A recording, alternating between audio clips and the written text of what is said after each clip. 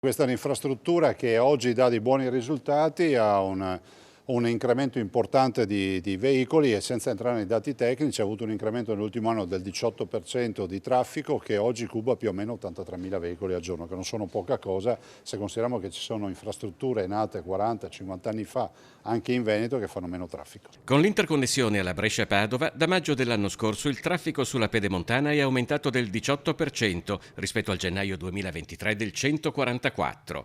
È una difesa del valore strategico che questa infrastruttura rappresenta per il territorio produttivo del Veneto, quella che intendono dimostrare i numeri alla mano presidente e vicepresidente della regione Luca Zaia ed Elisa De Berti. Il dato positivo per togliere di mezzo le polemiche è che sicuramente la Pedemontana è un'infrastruttura che serve perché sta dando delle soddisfazioni. È stata costruita nella zona più industrializzata del Veneto per dare una risposta anche alle necessità delle aziende e dei mezzi pesanti di potersi muovere in sicurezza, inquinando meno e arrivando più velocemente ovviamente a destinazione. Il traffico pesante sta crescendo molto di più rispetto alle previsioni. Lo scorso 20 giugno la Pedemontana ha raggiunto gli 84.447 passaggi al giorno, con un introito di 525.300 euro, di cui oltre il 40% generato dal traffico pesante. Sta funzionando anche lo sconto del 60% sul pedaggio per i veicoli leggeri dotati di telepedaggio, introdotto lo scorso 10 marzo a chi percorre fino a 2 tratte giornaliere da 25 km ciascuna. C'è un incremento generale sostanzialmente su tutta l'infrastruttura del 35%, siamo arrivati anche a un incremento dei mezzi leggeri dal lunedì al venerdì del 35%,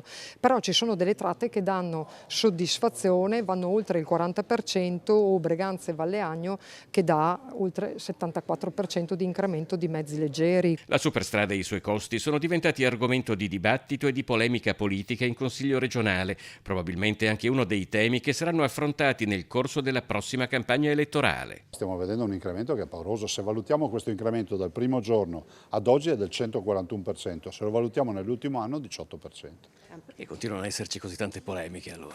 È diventato uno dei temi importanti anche in Consiglio regionale. Io onestamente non le vedo le tante polemiche, diciamo che sono pochi che fanno tanta polemica, visto e considerato che i cittadini sono felici di questa infrastruttura e penso che il dato sia praticamente dimostrabile nel momento in cui hai 83.000 auto al giorno che ci vanno, vuol dire che qualcuno la percorre la Pedemontana, altrimenti sarebbero tutti sulla viabilità ordinaria. Considerare 40 milioni all'anno ad oggi che probabilmente diminuiranno un buco nero, insomma, sfido chiunque a fare un'infrastruttura di questo tipo e a spendere meno di 40 milioni.